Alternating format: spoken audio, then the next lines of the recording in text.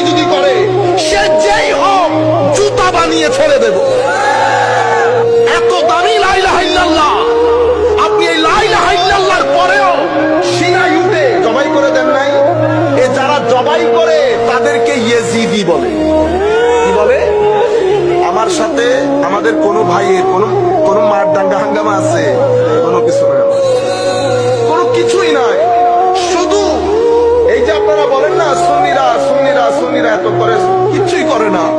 আমাদের সাথে কারো কোনো ধরনের লেনদেনের সমস্যা নাই, শুধু একটা জায়গায় সমস্যা, শানে রিসালাতে বিন্দু পরিমাণ বিয়াদবি হলে আমাদের গায়ে আগুন ধরে যায়।